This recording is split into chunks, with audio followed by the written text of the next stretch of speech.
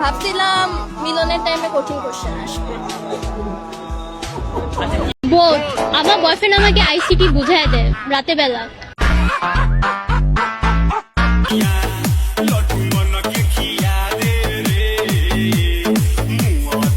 Hello guys, কেমন আছেন সবাই? আশা করছি সবাই অনেক অনেক ভালো আছেন। বরাবরের মতো আপনাদের আজকের নতুন ভিডিওতে স্বাগত।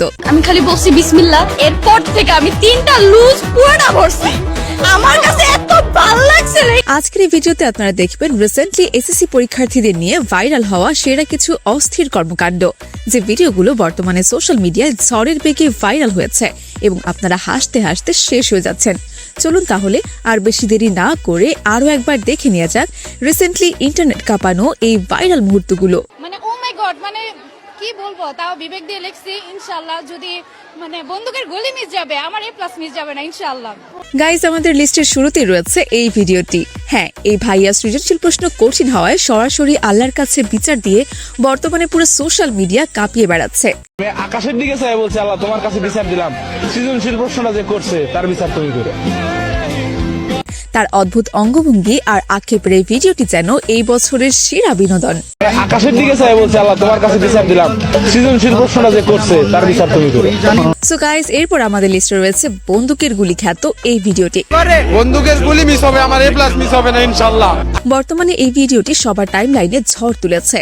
এই পরীক্ষার্থীর আত্মবিশ্বাস এতটাই বেশি যে সে বুক ফুলিয়ে বলছে বন্দুকের গুলি মিস হলেও তার A+ মিস হবে না। খুব ভালো হয়েছে আলহামদুলিল্লাহ পরীক্ষা।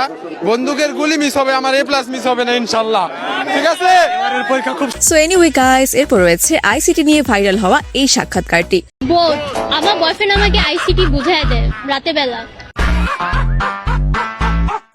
টিকটক বা ফেসবুকে এই আপুটিকে আপনারা একবার হলেও দেখেছেন, যার আইসিটি পড়ার জন্য কোনো টিচারের দরকার হয় না, কারণ তার বয়ফ্রেন্ড নাকি সারা রাত জেগে তাকে আইসিটি বুঝিয়ে দেয়।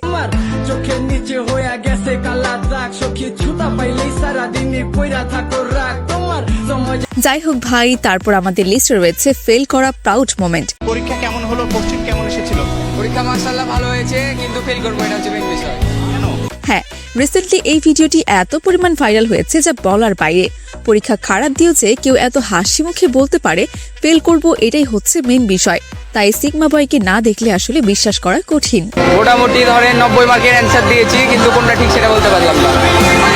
গাইস, এরপর রয়েছে বিশেষ করে নকল করতে না পারার আক্ষেপ নিয়ে এই ভিডিওটি। আজকের ব্যর্থতা হচ্ছে নকল করতে পারি না, এটাই সবচেয়ে বড় আক্ষেপ। এখন এই ভিডিওটি দিয়ে বর্তমানে ইউটিউব ও ফেসবুকে কয়েক মিলিয়ন ভিউজ হয়েছে। সাধারণত মানুষ নকল করলে লুকিয়ে রাখে, কিন্তু এই শিক্ষার্থী ক্যামেরার সামনে এসে বলছে নকল করতে না পারাই তার জীবনের সবচেয়ে বড় ব্যর্থতা। গাইড এত খারাপ ছিল না, কিন্তু তাও এত করে নকলের কথা বললো যে করাই যাবে না। গাইস, এরপর আমাদের লিস্টে রয়েছে বিদায় অনুষ্ঠানের ভাইরাল হওয়া সেই পরীক্ষার্থী নাচ।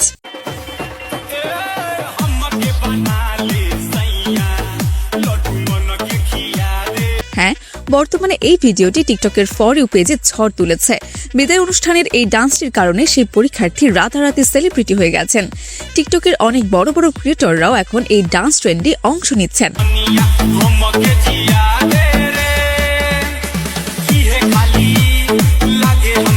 গাইস, এরপর আমাদের লিস্টে রয়েছে ভুলে যাওয়া পরীক্ষার্থী।